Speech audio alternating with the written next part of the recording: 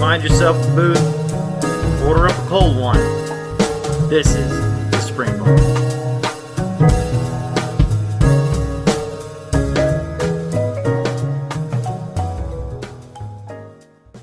Hey everybody, welcome to the Spring Bar. Glad to have you here. Welcome to 2024. I am Florida Mike today with my co-host Joe in the OC. Joe, how you doing today? I'm not hungover. No, not yet. Not yet. Give it time. It's early, man. You guys on the East Coast and you're let's go early. Get early. 10 o'clock is not early for you.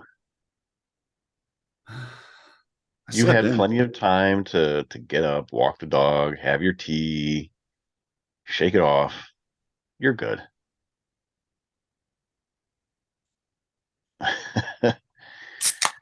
Okay. Yeah, see, and look, I've given you a reason to start early. Usually you do anyways, but now you have a reason to. Well, we typically, like for me, we're typically recording after lunch, and so it's well before for the West Coast. Anyway, Yeah, that's so okay. we're actually recording this on New Year's Eve morning. I am finally starting to feel like a normal person again. I just told you off air. I have been homesick with the flu since Christmas Day, and In it a is now week. You've New been out Year's for a Eve. week. Yes, it has kicked my ass. I've been It's going around, man. so I was telling much. you the same. Like I've got family with COVID. Yeah, I've got had a bunch of students that were out like just before we got off for Christmas break. It's been a mess, man. Been an absolute I mess. feel like this year has been worse than most other years as far as people getting sick and that go. It's a weird one. I don't know if there's Yeah, a rhyme or reason to it, or just that's just what's happening now. but It's the new normal. I generally don't get sick. See, I work outside. I subscribe to the theory that I am outdoors 90% of my working career, and all the sunlight that I take in boosts my immune system, and I very rarely get sick. This is the first time I've had the flu in probably since I've even lived in Florida, and that's going on 14 years now. I will call bullshit on that, and Mm-mm. I will subscribe to the fact that you spend 90% of your working day outside, which means anyone who sneezes at you is going to disperse and not go directly at you, Yeah, unlike well, those of us who work inside. Now, whatever the defense mechanism. I on the other hand, I on the other hand, I have a water pick with a nose nozzle and I pressure wash my sinuses, and that keeps me from getting sick because anything that goes in there gets washed out. So I have no germs that are allowed to. They'll have to vacate the premises at least every 24 hours, sometimes every 12. See, I knew that about you, Joe, but now our viewers and listeners know a little bit too much. Oh We've well, entered the personal space. well you enter the personal space, but if I get to have another sinus surgery, we're doing an episode on it. So I'm just saying. Live on location. Well, Uh, they won't let me wear a watch for that though, so we'll have to see. no. Well, so do you have anything new? Are you technically closing out the year with any new purchases? Well, kind of. Kind of. Oh, yeah, yeah, yeah, yeah. That's right. Sort of. Got this. Yeah. Which looks black in that lighting right there. It does. It's real dark, and so that is a fitted bracelet Yeah. for the Bulova Loom GMT. This is a watch. It comes on a rubber strap, and the rubber straps. It's not bad, but I don't like the feature of this watch. Right, is the fact that it drapes. It comes straight down, Mm-hmm. and so it's incredibly comfortable, regardless of what size it is, because you've got the 44 millimeter, and it wears just as well as this one at 41 millimeters, which wears just as well as the vintage at 39. But the rubber pushes out. It doesn't hang straight down, and so to me, it's not quite as comfortable. It's thick. It's a little stiff. Um, and And then I don't think it looks as good as it could either. it doesn't bother me in terms of the look. And I mean, maybe you go with a black strap instead of the gray, but it does like the combination with the color of the case. It's great. I don't mind it, but to me the strap just isn't as comfortable as it could be. And so then what? A couple weeks ago, hanging out with Oliver, and he had the root beer GMT, right? And I knew I kind of wanted the bracelet, and I'd been looking for one, but that just sort of pushed me over the edge. And so I found a gentleman who was selling the European green dial version of this watch, which comes on the bracelet. I've been trying to get the bracelet by itself, but that seems to be impossible to do from a domestic standpoint. So picked up the green dial, box and papers, took the bracelet off of it, and then sold it for a little bit of a loss. So this bracelet ended up costing me about $130, which Yeah, but what would it have cost you buying 300 it? easy, Yeah, so and then I probably think you made import and out. VAT and whatever else. So yeah, it worked. It worked out. Yeah, Yeah, I like it. It's a that's a good look. That's the way that it should be right there. I really it's a dig pretty that. good it's a pretty good look. I'm not gonna lie. Yeah, I I'm dig that. satisfied. I've What do got you got? nothing new for the year. I'm getting ready for my purchase, my pre-order coming in February. We've talked about that. We've discussed that. You've already made fun of me for it. We don't have to get into it anymore. Oh yeah, But that one. yeah. But yeah, no, I'm surprised that I've lasted as long as I have on the buying freeze. I well, technically, technically, I haven't bought anything. I had somebody send me a listing for another uh, Jetstar Merlot, Oh, yeah. an original. And it's a project. It needs to be worked on and all that kind of stuff. But it looked like it was pretty decent. And at the time, I told him, I said, you know what? I'm on a freeze. I can't. He says, I'll tell you what, it's cheap enough. I'll just buy it for you and hold it until next year. He says, and when you got the cash, just send it to me. I'll mail it out to you. So I do have one waiting. I do have one waiting. So was it an eBay listing? Yes. So someone someone saw an eBay listing, sent Mhm, it to you. mhm.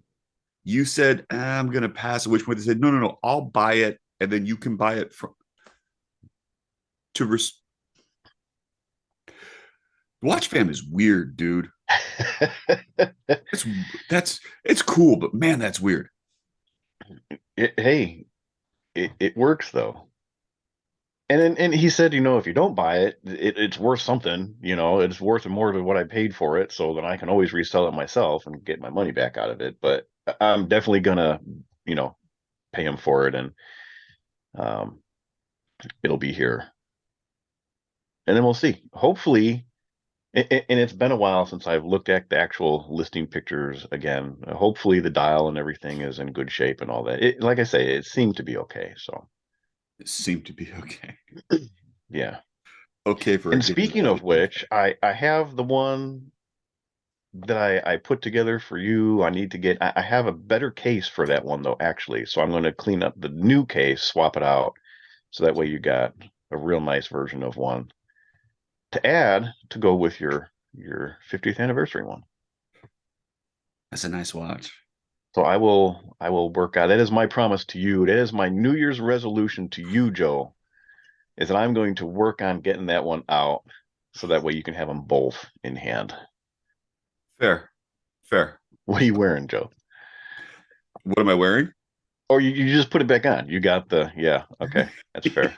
That's fair. I got the newest lunar pilot. This is the one that came out earlier this year, the Panda, the 43 millimeter on the perpetual straps. This is the Velcro kind of spacesuit strap, Yeah. You really which I like that highly one, right? recommend. I bought it on sale. I think I paid like $12 for this. Normally it's like $15. Super worth it. If you have a lunar pilot or any sort of a space watch, They come in 20 millimeter only. I recommend it. It's great. It's comfortable. Wears really nice. So I think it it's looks not a real single cool on pass, right? here. It's a full two piece. It's just like what you would have on the Speedmasters. It has Yeah, that real short little nubby section and then the long yeah. Velcro at the bottom. So I like it. I have one similar on mine with a little bit of elastic on it, a little bit of give up at the lugs. Yeah, It's a good I'm not workaround. I I'm mean, not the bracelet for that elasticy. watch is so nice, but even still, The everything that this came with, the bracelet, the NATO. But if you get into strap options for it, there's some good stuff out there that also work well on here too. yeah, So we're about to transition into 2024. we are. Everybody that's listening or watching has already transitioned into 2024. Um, That's such a loaded today term, though. We're going to transition now. I'm just saying, like, you can't assume what their timeline is, assuming we chronology are like that. we are transcending date and time, We're doing something. and in the spirit of that, we're going to make predictions. We're going to make predictions in only the way that the spring bar can. As Write these to, write these down. Remember it for later. yeah, we should revisit these because it's either going to be hilariously funny because we're totally off base, or we might actually get something right. You never know. It'll But be it'll be a thing. I don't know what we're going to pull off here. So let's see what we can but let's see what we can what do do. we think? Well, okay, so when you What are look at going to be the next popular trend, the next colorway, the next movement complications, the next style? Like, what do we think is going to happen for 24? so there was a lot of green that happened for 23, and then there was the GMT movements, which Hmm. I was thinking about this earlier. Like the GMT complication, because Seiko came out with theirs, and then Miyota came out with theirs, and you had these two options that happened relatively quick and relatively simply, right? I think that But there were lots of you had two cost-effective options that were yeah, delivering such a punch. right. But the thing Was the that got thing. me about it, because when you start looking at the fact that there were a ton of micro brands that suddenly dropped GMTs. Hmm. But I got to think that like that trend may continue because there were a bunch of people that had a GMT kind of in the back pocket. Like someday we want to do this design. It's not feasible right now. And then suddenly there's this relatively cheap movement that pops up. And so like all these GMTs dropped, which I thought was a really interesting thing. Wasn't on my bingo card at all. Like, oh, this is going to be the year of the GMT. I could see that trend continuing a little bit as some other people start to get their designs together, because a Hmm. lot of the GMTs that came through, there were very few that were really dressy, you know. Okay. There were lots of divers, lots of sport watch GMT designs, like case in point. Hmm. Um I could see moving towards a more of a dress watch Dress look, watch GMT, kind of like Grand Seiko maybe type looks. kind of, because I mean it's a thicker movement, but I think that you could slim down the case just a little bit, slim the bezel. And that could be something that's really nice, because I don't think that design has really been pushed through all that much. Everybody's been trying to do the Rolex version. It's like, okay, let's try something a little bit more elegant. And then if you want to piggyback that on the fact that, okay, Universal Genève is coming back through Breitling, they're not expecting. Don't steal my stuff now, Joe. I'm not stealing your stuff, but they're not expecting that watch for a couple years. However, I could see moving towards a less sports watch trend and into something a little bit more suit and tie, more dressed up watch, I guess. Okay. If that makes Out sense. of Universal No, just out of everybody in order to or just try out of to everybody? jump on that before the UG designs drop. So you think it's going to be the year of the dress watch? or dressier. I could see things going smaller, slimmer, a little more elegant, simple three-handers. I'd love to be able to say, oh, it's going to be all about hand wound movements, but I know that I'm smoking crack. So I'd like to see that too. I don't think it's quite there yet. I don't think so.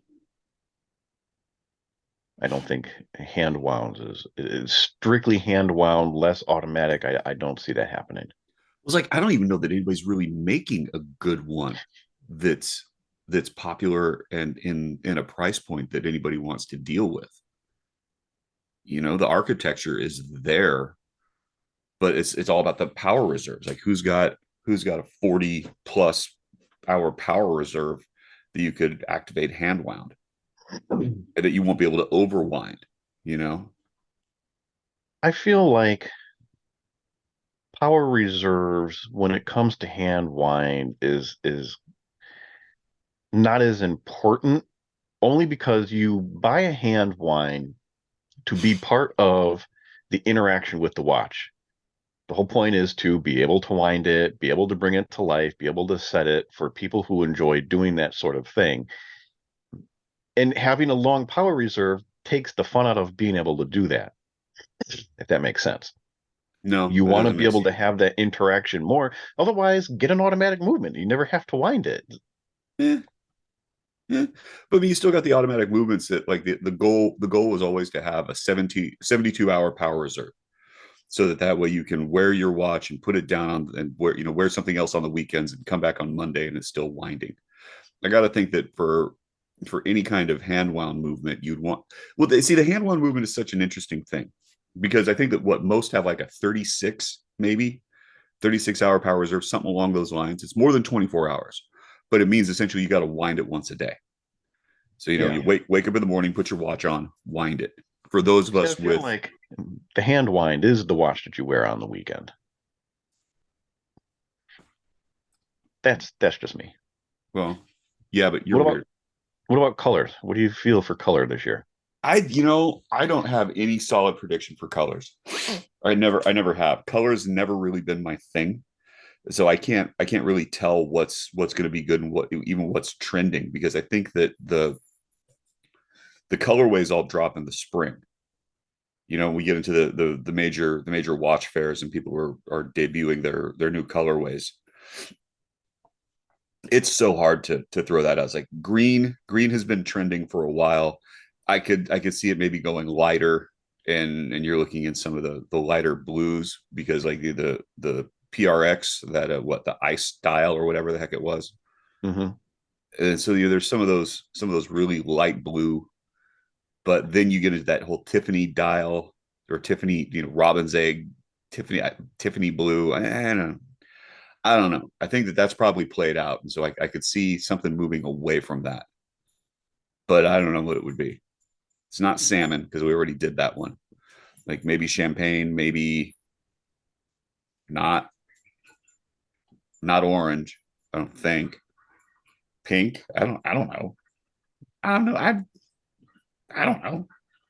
I'm the wrong guy for colors. Says the Don't guy ask. wearing a bright pink and yellow shirt. Yes, yes. Like I said, I'm definitely the wrong guy for color.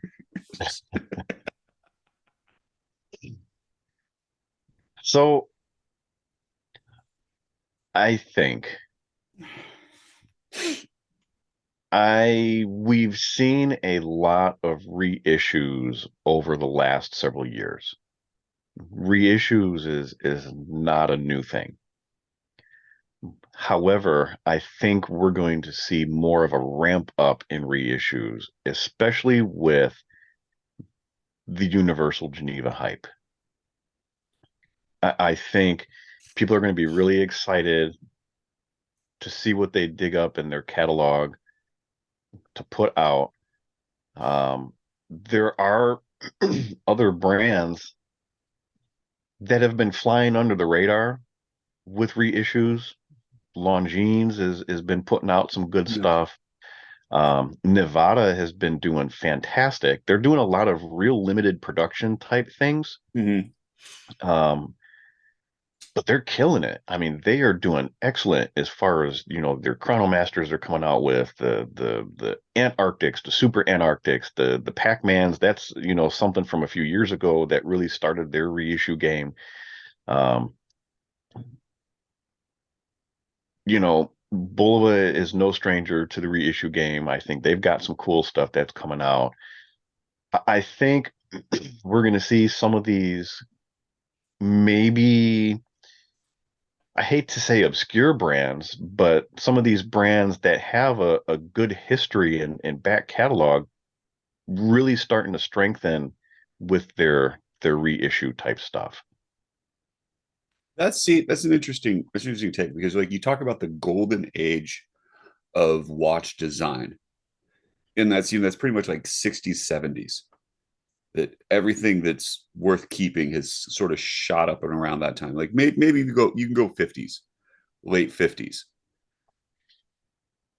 But that's kind of where, kind of where it sits. I could see, a push back towards the more art deco side of things, but then that changes your case dimensions.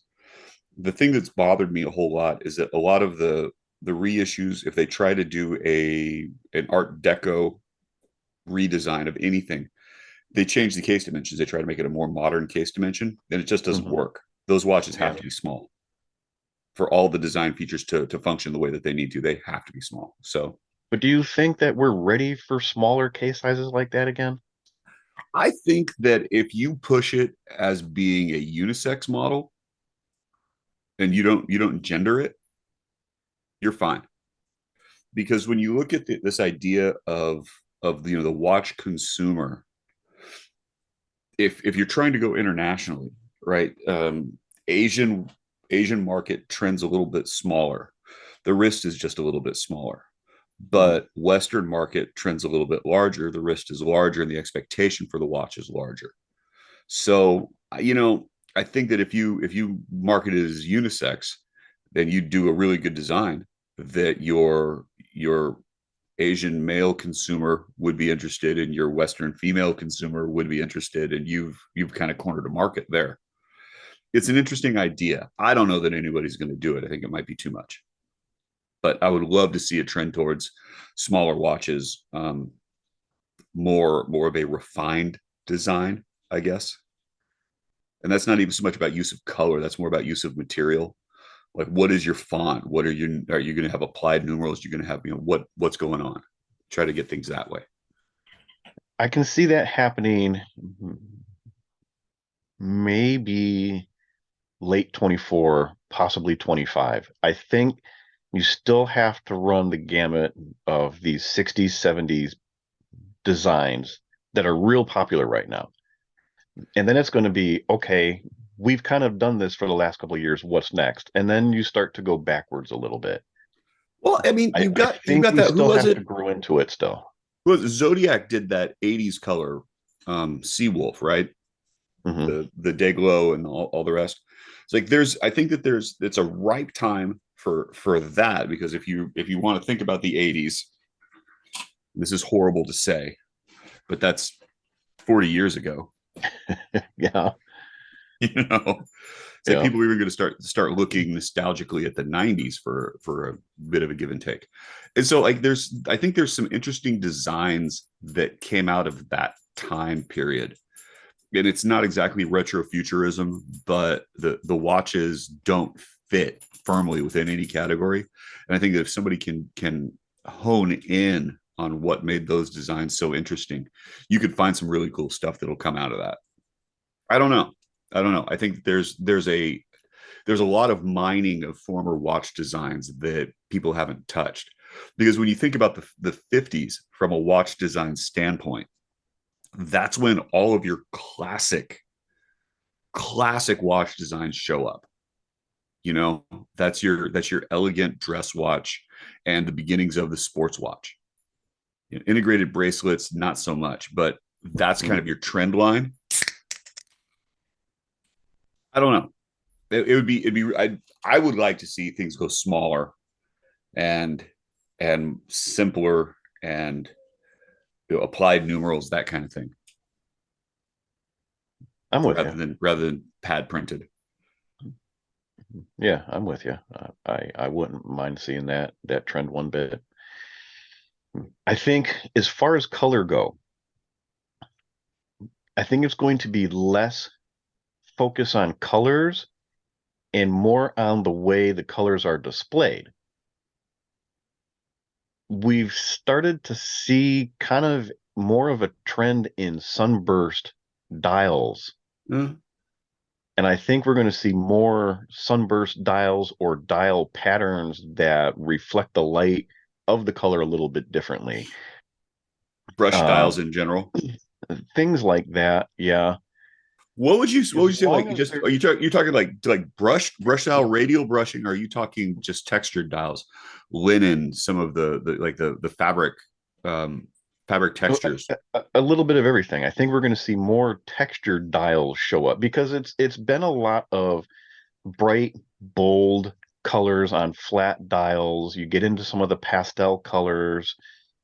We've had a lot of like um, what did Oris do? Like the cotton candy colorways, things like that. I think it's going to be more of a play on light with the colors, using the sunburst dials, using linen dials, using textured dials. I don't think there's going to be one color that's more dominant over the others this year. I think it's going to be texture play. I So think I think like it'd people are be going to interesting start getting creative with the dials themselves it'd be more. interesting if they moved away from matte and went back to gloss. Like high gloss dials is something that really hasn't been done. I don't know if the technology still exists in the same way without getting into enameling, right? Because you've got some of the high Grand Fu enamel, which gives that real, there's a depth to the color. Mhm. Anordain has been doing that for a few years now. But it's a difficult process to do. There you have some issues when it comes to lacquering is a little bit easier, but you lose any sense of water resistance. Those dials aren't going to handle any kind of moisture at all. So it's an interesting thing. I think matte is probably easier to do, easier to manage, but going for like a highly reflective dial, something along those lines, that's an interesting idea. Going in with other textures, brushing, vertical brushing, or that kind of thing. Huh? Maybe. Because look at the one that we can both stare at, the Merlot dial Jetstar, which is a sunburst dial, and look at the depth and variety of color you get from that deep red. You get pinks, you get purples, you get the reds. The sunlight plays off of that beautifully, but the problem is you have to do a sunburst dial right in Yeah. order to Well, get. I think that the other issue, and this is a question that we'd have to ask, a variety of manufacturers. At what point does the word of mouth and the watch pick and the social media picture of the watch, how does that play into account? Because the Merlot dial, you and I both know it's a beautiful thing in person. Mhm. Getting that right at pictures is really damn hard. It's real difficult. Like Yeah. it comes off flat most of the time. And like so you miss out on a bunch of the subtlety of that dial. And I don't know how that works. I don't know how that works from a marketing standpoint, particularly from a viral marketing standpoint. Yeah, well, we also don't have high-tech photo equipment like these companies do. Well, right, I, but again, that still goes so into this idea. Well, but it goes into the idea of this like social media as a marketing tool. That if the watch doesn't photograph well with a phone, you know, how much are you missing out on? And so, is that part of the dial and the design standard? Because when you start thinking about okay, flat dial is going to look good in just about any light, mhm. but a high gloss dial or a textured dial, like you lose a whole lot of that subtlety. I think about the dials that I have that are textured, and I've got a few. I've got my Bulova Millennia has a really subtle wave pattern on the dial that I don't think I've ever gotten well in a picture at all. You can see it in person, but you can't get past it. I've got a couple of Accutrons that have a nice little linen feature on the dial, and you can't find that. There's a variety of the sunburst dials, and that's also really subtle. So but then when you look at most of the dive watches that I have, let's face it, a majority of them are all dive watches. It's that matte, flat, and those photograph phenomenally well. So I don't know. I don't know. It'll be interesting to see. I'm going to go down an avenue real quick here that I know you might not follow me down. But I feel like this is going to be my prediction too for the new year. I feel like we're going to see a couple more. I don't think it's going to explode and become a huge trend, but there are some smaller independent brands that are starting to bring high horology designs to the affordable space. Zurich has been doing it for a while. They've been coming out with some weird higher horology type designs. Um, they're teasing a new wandering hour watch. Um, Radcliffe Watches is coming up with some cool stuff. Um, Christopher Ward with their Bel Canto. Belcanto, thank you. Adawak or Adawak, I think is how it's pronounced, just came out with a real nice wandering hour design. These are all watches, Christopher Ward aside, that's a little higher on the price end. I think those were going for about $4,000, $5,000. But all these other brands, they're focusing right around five, six, seven to $1,200, $1,500 range. And to get these types of timekeeping pieces in that range, I think we're going to start to see a couple more of these designs brought into an affordable price point, which I think is kind of neat because you have all these NBNFs, you have these Jacobs, you have these Hublots, all these high-end watch companies that are doing some really cool, dare I say, groundbreaking type stuff. And whether it's a design that agrees with you or not, you have to concede that the R&D that goes into what they're doing, like Grubel Forces. I mean, look at the stuff that they're putting out too. Really cool. Even Orage now has got their flying tourbillons. And those are at a more inaccessible price point. I mean, before you couldn't touch a tourbillon for less than what? 60, $70,000? How much is the Orage one? Five? So I think we're going to start seeing some high horology become affordable. Now, whether or not that's good for it is an argument that you can have. I mean, does it dilute the high horology prowess? I don't know. But does it get more people excited and involved in it? Yeah. That's an interesting debate. It's an interesting question. Does it Your hot pocket's done. am I how so does it does it dilute things or does it expand? And so like where is innovation coming in? And what is the innovation that we're debating about? So what's the design language that's coming? And can we democratize that at all? I don't know. Well, and here's the thing. The innovation is coming from the top. I mean, it's coming from the brands that have the money to be able to put into the R&D to be able to come up with this kind of stuff. When you get to the lower price point, it's a lot less innovation and a more adaptation to be able to make it work in a lower price point. With the exception okay, of, let me argue with let the me argue exception that of point. No, Christopher I Ward. don't disagree with you, but let me argue that point. I think that when you're talking about innovation, that's not what's happening. There's R&D that's going on, but I think that what's happening at the higher end is refinement. We are refining what we have already come up with. There's not a brand new wandering hours that's going on. There's not a lot of impressive complications that are happening at that level. Like if we talk about like the equation of time, sidereal time, and when the sun rises and sun sets, that complication has been around for a long time, and it's a very complex one. And yet, Crayon throws out their own take on it and brings that back around and makes it a little more popular because they figured out a way to do it cheaper.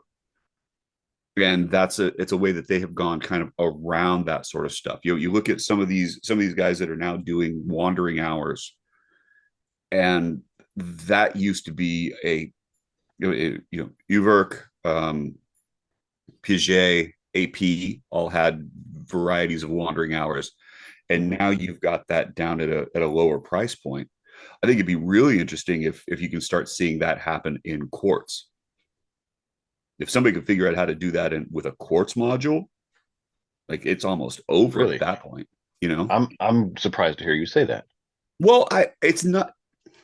I am okay. I am not a fan of.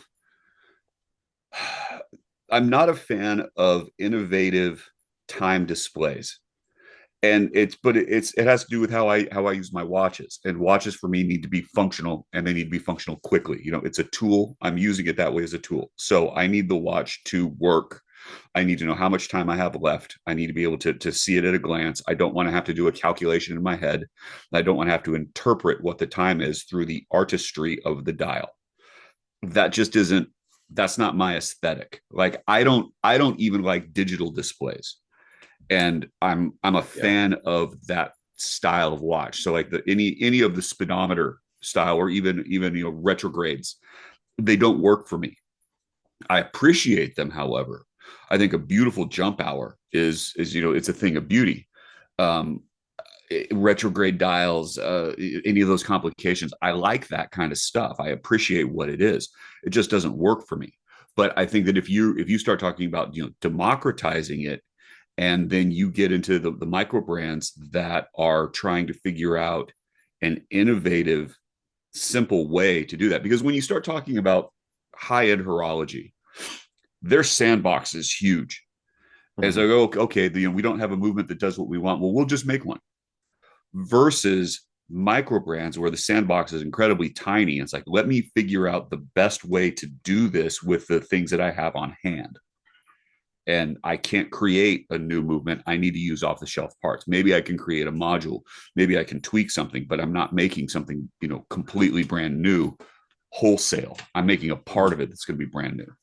And to me, that's always really exciting, because that's where there's a bigger risk reward payoff trade-off. So when you start talking like the fact that Christopher Ward was able to come up with a repeater for, let's face it, nothing, really, and it's a decent sounding. It does not have the same kind of resonance as let's say like the new Omega chiming complications, or any of the AP or Patek chiming complications. Okay, it's not that, but who's gonna know? Like, tell me the last time you heard a Patek chime. Yeah. Okay, so but hearing a Christopher Ward, yeah, you could probably pull that off. You could probably pull that off easily. It's like, okay, have we diluted this idea of how horology? Maybe. Is that a problem? I don't think so. It comes, to me, it follows along the same lines as the moon swatch, which, in terms of being one of the major releases, the moon swatch is right up there, and it's a pretty impressive one. But it has immediately raised the value of every Omega Speedmaster out there. because now I can afford the entry price of $150 to get that plastic watch, but now I may want this other one's like, okay, cool. If we can get some of these more expensive designs and distill them down a little bit and make them cheaper and easier to make so that your average Joe can hop into it, you've just increased the value of the ones that are executed really well, because people they're always willing to pay for quality. Mm-hmm. You have to define what the quality is, and you need to make sure that they understand why it's worth that, you know? Yeah, I'm with you. It'll be interesting to see what happens, because as more innovation comes out, I think more people are getting into watch design, and they're looking at complications and trying to figure out, okay, how can I do this cheaper, easier, better, more efficiently? And as soon as you start getting people that are really, really into that, there could be a real interesting explosion that starts to come off. Because as soon as you have watchmakers, people that are like journeyman watchmakers, like, okay, it's the GMT complication. There wasn't a cheap way to do a GMT. Now there is. And so now you see this proliferation of designs. As soon as you get is, okay, there wasn't a cheap way to do a wandering hours, and now there is. And all of a sudden you can see, like, well, my goal is to now make the watch I always wanted to see. Now I can. Mm-hmm. So if that's the case, if that's what it's going to be, that's a really interesting take. I think we're going to start seeing some of that high horology kind of trickle down a little bit, and I'm okay with it. And I'm okay with it. And I'm okay with it. Well, I mean, Well, the argument that we have on a regular basis, and it's an aesthetic one, which doesn't mean that it's right or wrong. It's just your choice versus my choice. And that you have this idea of a wristwatch that's art, and it's beautifully executed, and look at what happens when you do this, and if you hold it upside down, it spells the name of God, and like, okay, great, but does it tell the time? It's like, no, but it's more than that. It's like, I need it to tell the time. I don't need to wait for the tree leaves to blossom and let me know based upon the temperature that it's 7:45. It's too much. You have no imagination. I have plenty of imagination. I just don't want to have to use it when I'm trying to tell what time it is. When I need to know when lunch is. Well, okay. In fairness, those types of watches, the art form on the wrist is not something that I'm wearing when I need to use a watch for a specific application, right? It's not an everyday watch, because I have the Xeric Trappist 1, which I love that watch. High dome, space themed, rotating planetary star alignment, the whole thing, right? Very cool watch. But I don't wear it on a regular basis, because I will grant you, it is not the easiest watch to be able to tell time on, but that's not exactly the point of the watch. I wear it when I want to feel expressive, when I'm wearing something a little different, when I want to be around a group of people to start conversations with. It's kind of like a, hey, you're a watch guy kind of guy, and less of, oh, hey, you're the guy I can ask what time it is, right? So there's a specific time and place for watches like that, and I will be the first one to admit that is not an everyday watch, but it is something that I do like to have in the collection, because there are those pieces every now and then that come along that just make you go, that is really cool. Tell me more about that. No.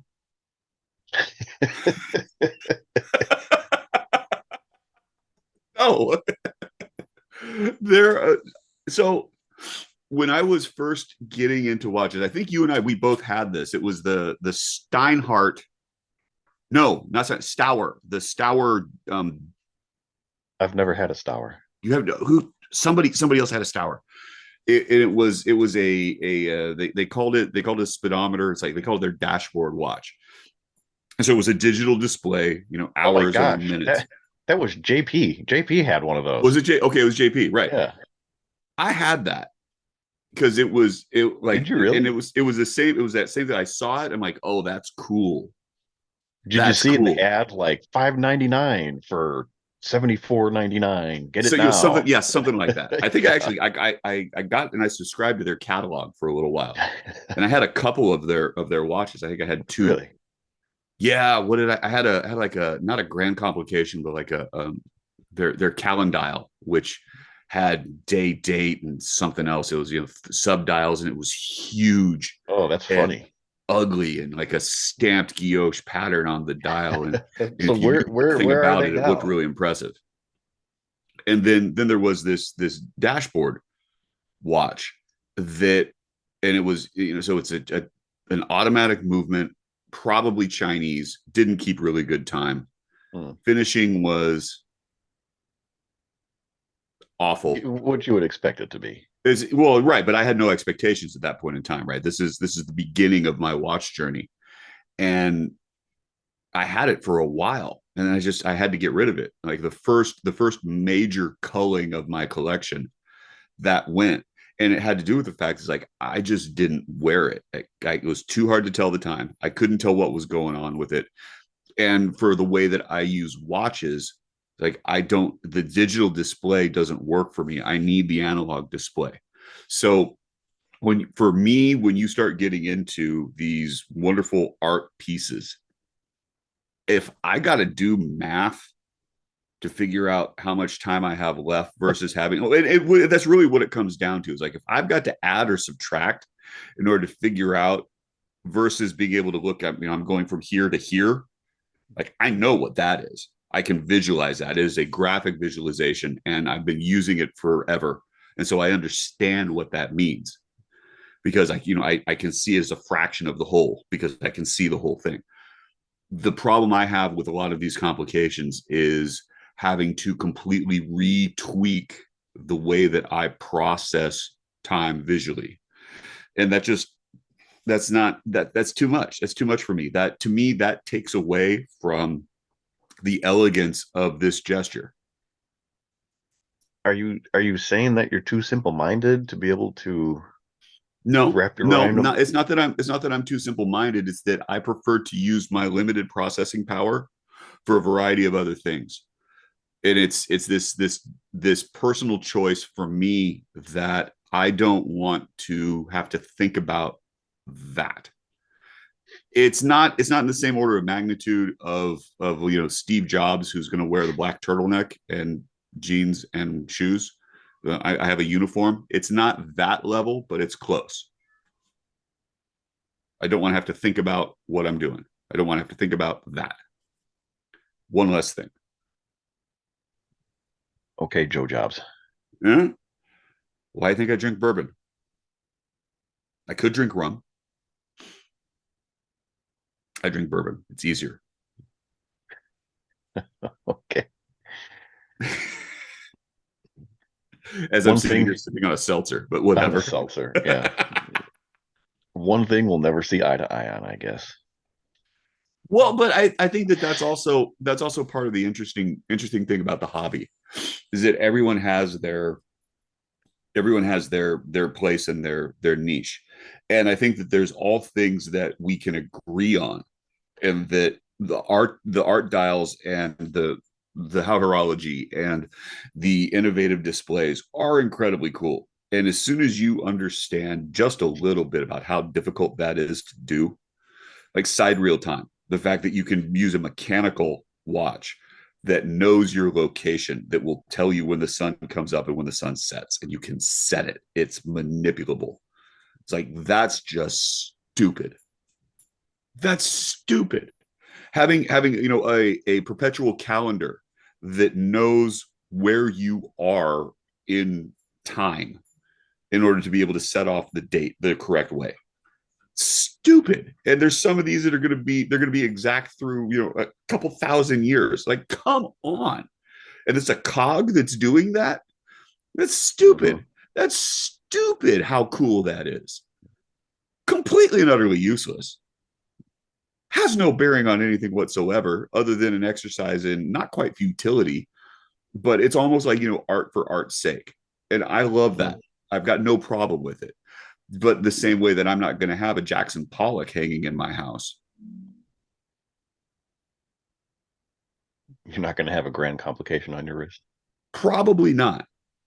Probably not. But this the part of the thing too, that when you start talking about the grand complications, the people that get the most bang for their buck out of those are the guys that have a collection that is deep, not wide. How many watches do you have? Oh, I've got 12. Okay, and so the grand complication stays on a watch winder, or it's worn every couple of days before the power reserve comes down, so that they don't have to reset it. They get all of the full advantage of it. And you're talking about people that have 7 to 12 watches versus, I think at my last count, well, let's just put it this way. My wife got me a watch box that she's going to try to assemble into something that has 100 slots in it. It's not full yet, but it's real freaking close. A wall hanging watch box. Pretty much. Yeah. Pretty much. It's going to be an art display. It's going to take up most of a wall. But, when you're looking at trying to get the 666 watches like I am, there's a lot. And okay, I want to have, I'm a Pokemon collector. You've got to catch them all.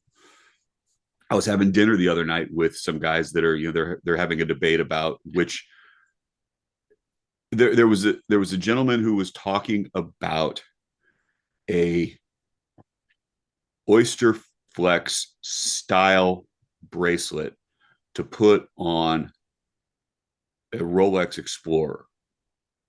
Okay, I know exactly which dinner this was, and exactly yes, you do. Yes, you do. But this is more the point. This is more the point. The gentleman was interested in the way that the lugs worked, to the point that he bought the lugs, didn't have the watch or the bracelet, and he's just going to go pick one up. Bought the lugs or the end links? The watch. He bought the end links. Now he's going to go buy a watch that the end links fit on. Okay. It's like, okay, that's a collector that has a lot of extra disposable cash, and he can do that kind of thing, but he's also not going to have 40 watches. And he's got 12. And if he wants to move something on, he can move something else out. And for him, the idea of dropping $7 to $8 grand on a watch just so that he can play with these end lugs was no big deal. Like, okay, 7 to 8 grand for me is a problem. It's a big problem.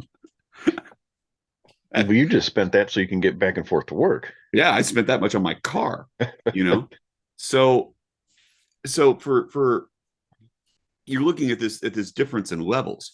And so I also think that, going back to our initial part of the discussion, is like, if some of these complications can get cheaper so that people like you and I could experience them, I think that that's worthwhile. I think that there's nothing wrong with that. And I think that if somebody can figure out a way to do it with quartz, that makes it even that much better. So we'll see. Interesting.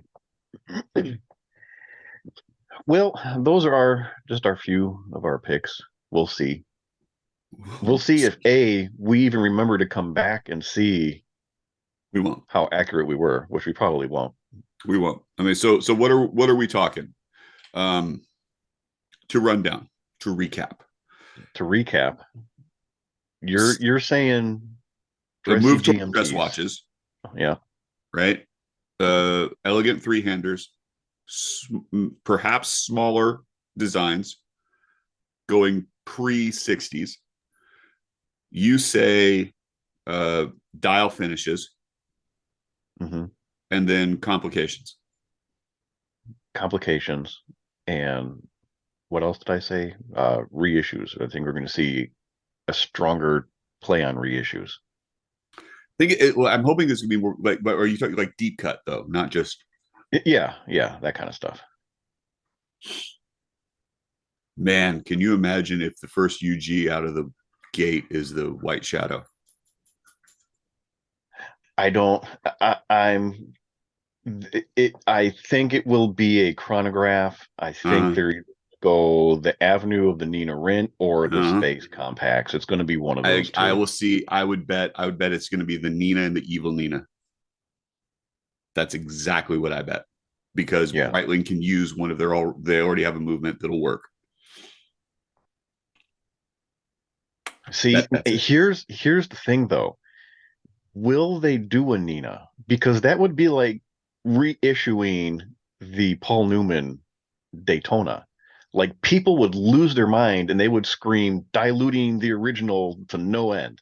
They would do absolutely. They would do a Nina in the same way that Hoyer did the Octavia.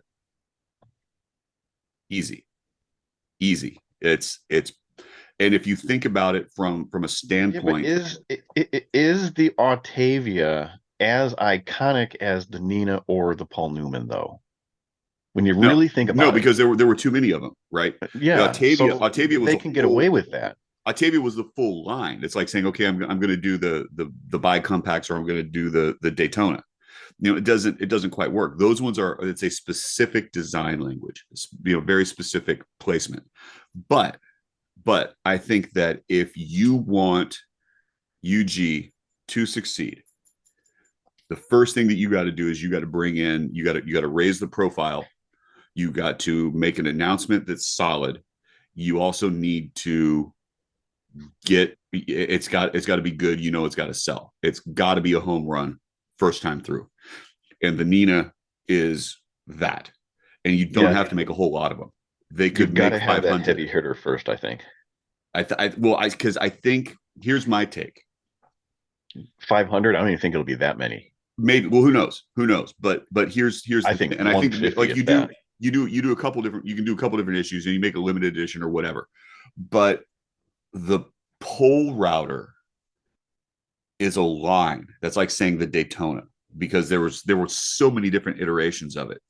But if we're talking like the initial pole router, the SAS version, Hmm.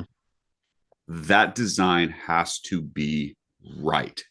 And you can make it a one-to-one copy, but if you do that, that's cheap. So they've got to How is that do cheap? because anybody can make a one-to-one copy. Pagani Design can do that. That's cheap. Oh, okay. Okay. So if you want to avoid that This, trap, ladies and gentlemen, is where Joe goes down the left turn lane here. so you have to do something with it. And it could be that you change the dimensions of the case. But as soon as you change the dimensions of the case, you've got to change the dimensions of the dial. You got to change the font layout. You got to put in a ton more work that you wouldn't have to do if it's a one-to-one. And that means that they're going to need to be able to spend some time and they're going to need to get some buy-in in order for that to happen. Right. If it turns out to be like an AP 1158, 1159 or whatever it is that was so polarizing when it first came out, they don't have the time for that. They don't have enough of a back catalog. So they need to come out with something that's going to hit, is going to hit right so that they can go through iterations and they can get in with the collector's sphere and say, okay, would this work? What do you think of this? How can we change this? What can we do with it? It's like even like the Jetstar reissue, where the modern interpretation of the Jetstars hits just about everything that it needs to for the old ones. But when we're talking about the old ones, it's half of the collection with the round dial. It's not the other half of the collection with the square case. Hmm. And I think that if Bulova tried to go there, that would have been a whole lot harder for them to do. But man, imagine if they did. Square So, case with the oh 262 yeah, movement in it. Be nice. yeah. That'd be good. So you're saying for Universal Geneva to move forward, they need to redesign. Yeah, but they have to thread that needle. You know, Defeats the purpose of reissues. it does defeat the purpose of reissues. But I think that if you want that brand to have any kind of staying power, you got to do something new and different. You can't just I now don't know. you're a cover band. You know, I don't know. I think the reissues is the way to go for them. I can I see think them that doing. is a I think brand, they have that to is do a both. brand, and They have and to do both. if you don't know, and not you, but the collective you, Universal, and we talked about them several episodes back. I mean, they're still around. They're making stuff. It's absolute crap, though. They need to go back to the roots and revive the brand again. I think They do, and I see they're them. like a Nevada. They need to go back to that 60s, 70s era. They That do, is and what's going to bring I'm them into the certain that they future. will. I'm certain that they will because that's the catalog. But if they're going to move forward and have any kind of staying power, you can't just keep reissuing pull routers. And okay, granted, you could probably reissue pull routers for the next 20 years, but by then you're tapped out.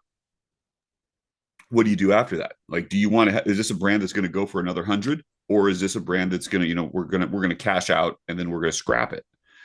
I don't see a company like Breitling doing that because Breitling has got this idea of history, and their executives are holding on to that.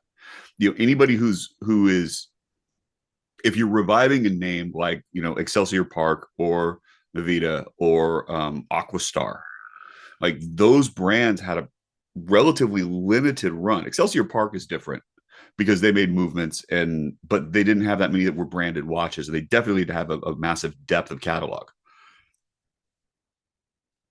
Universal Geneve has a massive depth of catalog. They've got the whole gamut of watches. They've got the whole gamut of design. If you want to do something with that brand and have it be worthwhile, like for what they probably had to pay for that, and then what the expectation is, I bet you they didn't have to pay much. I don't know. I think any lawyer worth his salt would take a look at what that's worth. Oh, come on. I gotta think they did. I gotta think that was. I don't know. And in order for that to be worth it, and for them to get the return on investment, they've got to have the brand around for multiple years. It can't just be like a one and done. Okay, we bought it. We're gonna reissue a pull router in with the tuxedo dial and then the salmon dial, and then that's it. Bye. No, it'll be more than that, but I don't think it's going to be a whole lot of modern adaptations. I could see that happening though. But like when you start thinking about Breitling and what George Kearns has been able to do with Breitling recently, they've refined a whole lot of it. Like, first thing that you do is you drop a bunch of designs. You try to refine your design. You try to make those designs better, and then you can mess around with color, and you can mess around with case shape and maybe some texture. I can't see UG doing anything different, and I think that you drop one line, and you get up to maybe 3 lines, and then you just start refining within that, and then you're off and running. I don't know. I could be wrong. That's why I'm not a watch designer. That's why we don't make predictions. Yeah. Ask me what color they're going to be. Go on. Well, any final thoughts, Joe? That was it. That was my final thought. That was it, huh? Yeah. I've got nothing else too. My head is so foggy still. I just hope to make it to midnight here. Oh, yep. I'm with you on that. Oh, got the champagne's chilling. I gotta cook some meat. It's gonna be a big day. We've got no Casey with us today. You don't tell us what kind of pictures to tag in. We can't say tag us in your New Year's Eve celebration pictures because that's already passed. Yeah, it's too late. I don't know. Just tag us in something.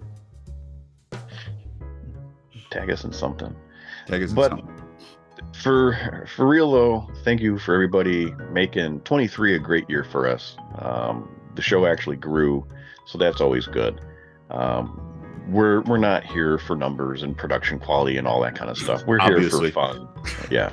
We're here because we just enjoy doing this. We enjoy the back and forth. We enjoy making fun of each other, and we get people that enjoy listening to it, and that's what it's all about. We're just here to have fun. So thanks for everybody listening to make it fun for us. And then we'll see what happens in 24. You know, you never know. We've got a lot of cool stuff coming up with Bulova as usual. And, you know, we'll see what other kind of shenanigans we can get into. So, until next time, cheers. Cheers.